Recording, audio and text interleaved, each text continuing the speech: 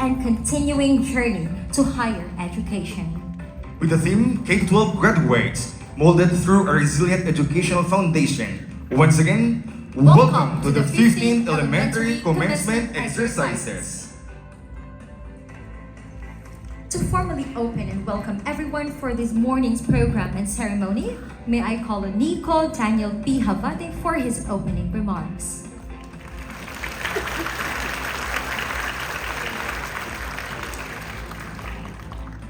Assalamualaikum, Sabah al-Khair del Jami. Ms. Leticia M. Manyaol, our beloved Managing Directress, Dr. Benedict M. Ocon, our dedicated Principal, Attorney John Rio A. Bautista, our distinguished guest, our competent Vice Principals, our respected department heads, dynamic teachers, dear parents, fellow graduates, and friends. A blessed morning to all. It is my honor and pleasure to welcome you all to this significant event.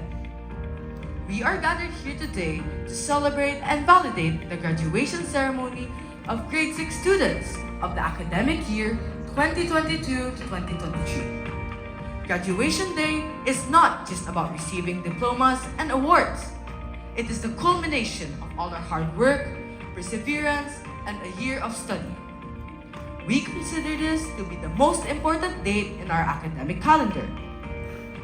This is the time when mentors can gather with the learners and when parents celebrate and recognize their children's achievements. This marks a new beginning and a new chapter of our lives. To my fellow graduates, this is the day when we can all say, "We did it!" Our 6 years of journey here will be one of the most unforgettable moments that we had. We made new friends, learned new things, faced great challenges, and discovered that we can surpass them as long as we believe in ourselves, continue to do our best, and have faith in God. With His guidance, we are all capable of doing great things. I would like to congratulate you all for making it here today. Let us remember that this is not the end, but the beginning of the new horizon of our lives. هذا اليوم يمثل رحلة جديدة إلينا أن نكملها.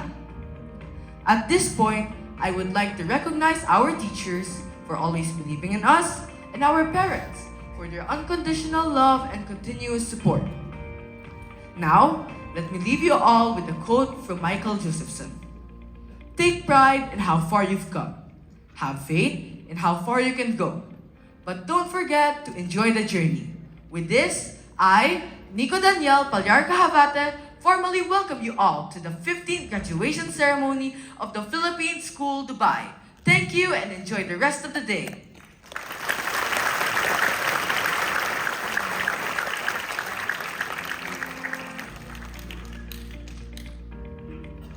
Thank you so much, Nico. To introduce to us our guest of honor and speaker, may we call on stage Elira Biel di Kabigting.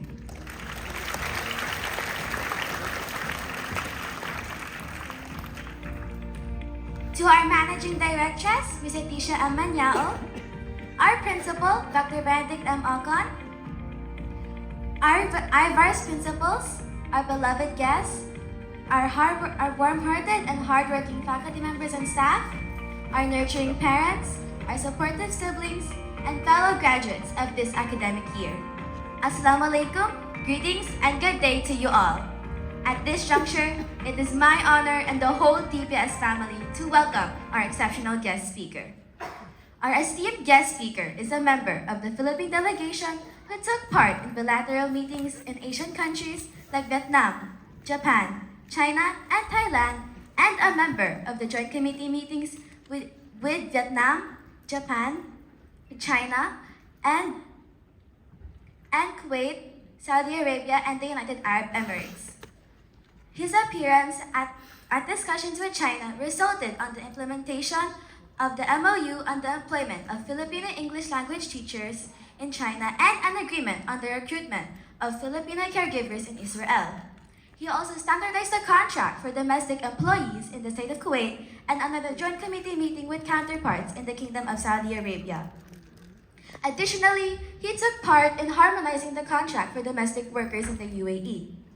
When he represented the Philippines as a resource speaker at the regional conference on the UNHCR's sanitary campaign in Bangkok, Thailand, more of his works came into light.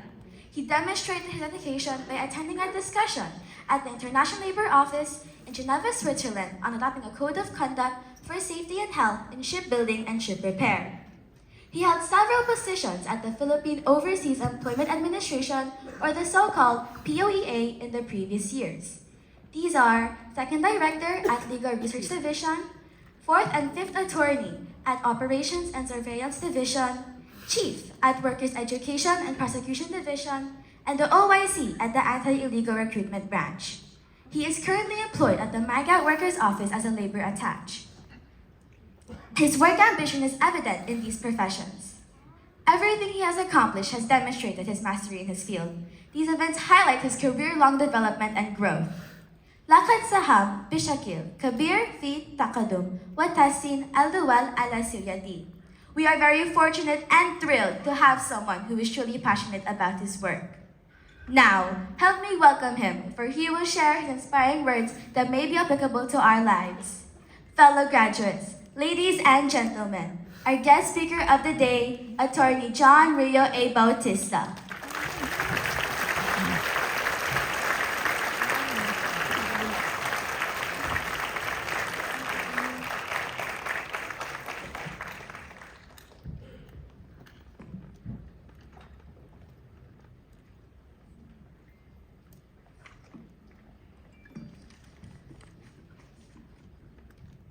Please take a seat po.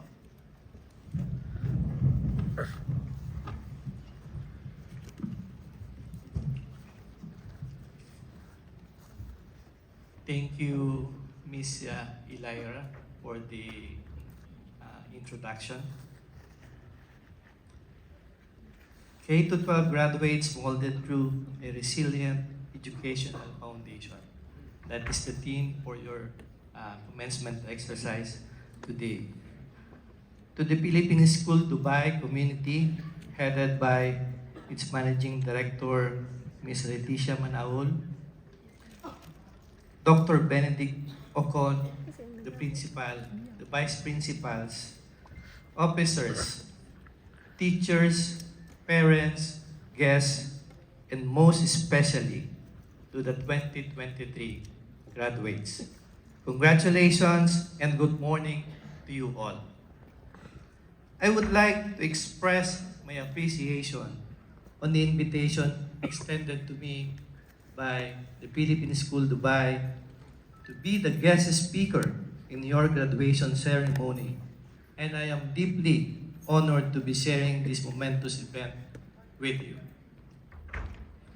I am John Rio A. Bautista, the current Labor Attaché and Head of the Migrant Workers Office Dubai and Northern Emirates. I am a lawyer and a civil servant by profession, a leader, a learner, and in not so many years ago, I graduated just like you are. Heading to this ceremony, I was thinking of words that I can share to inspire and give you vision on what lies ahead after this graduation. I was imagining how I can teach you to traverse through life using my experiences as example. However, I suddenly realized that this moment is about you, your journey, and your plans for the future. So instead of talking about me, I would like to talk about you. Highlight you, honor you, and simply share how my experiences may be similar or may be of help to you in one way or another.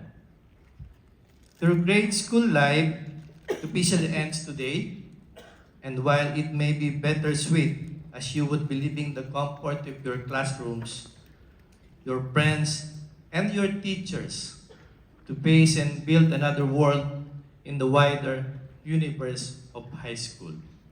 It is also very much a joyful time as you have magnificently completed grade school and are about to embark on another journey to high school.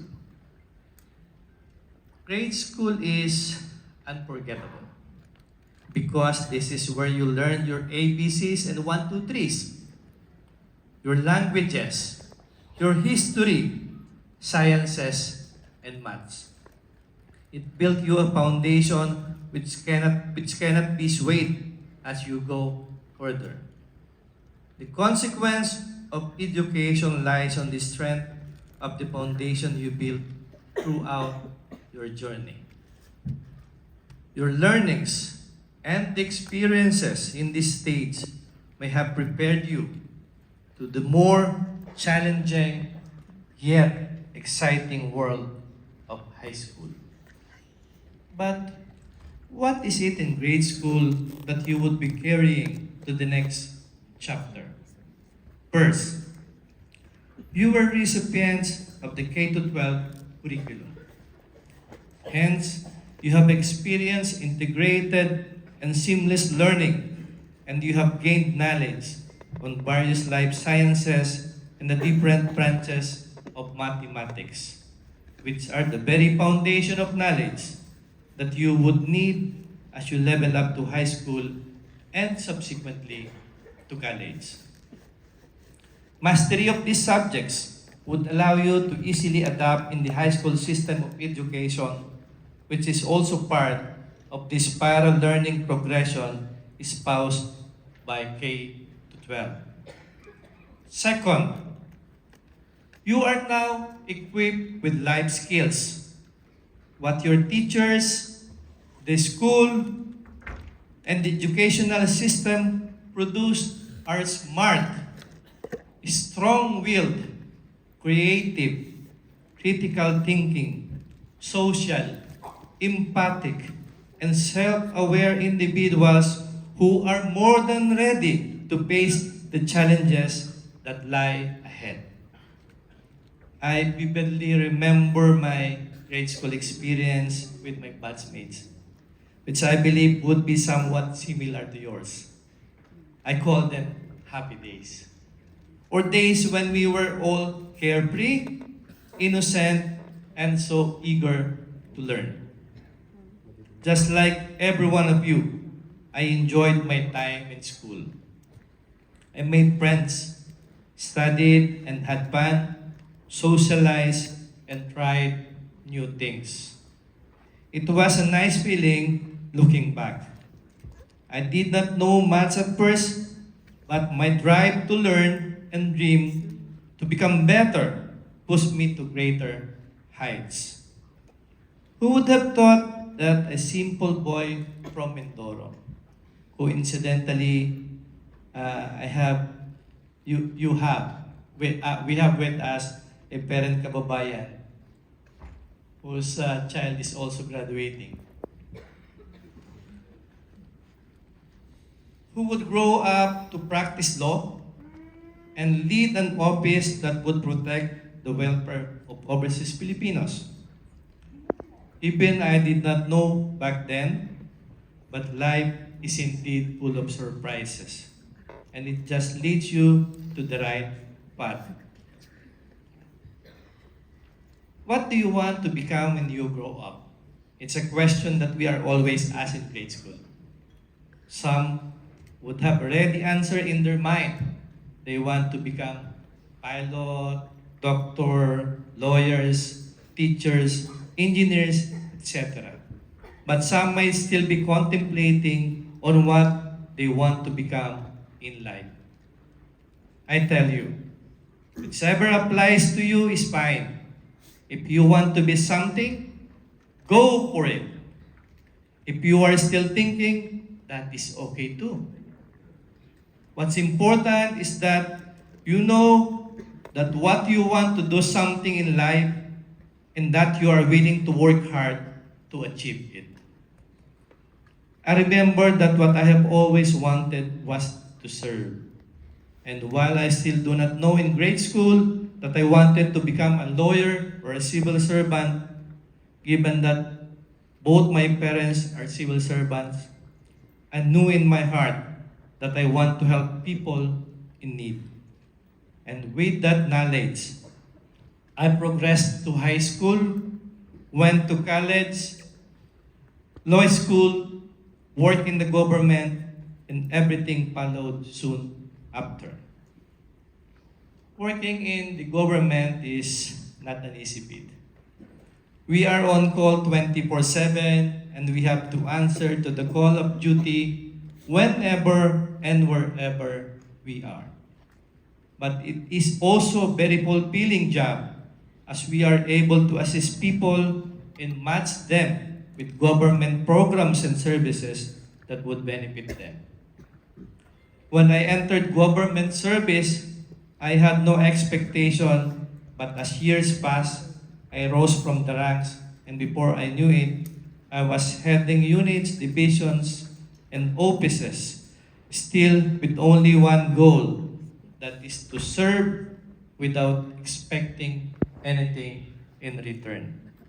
I was the chief of the Philippine Overseas Employment Administration's Prosecution Division, Operations and Surveillance Division, OIC Director of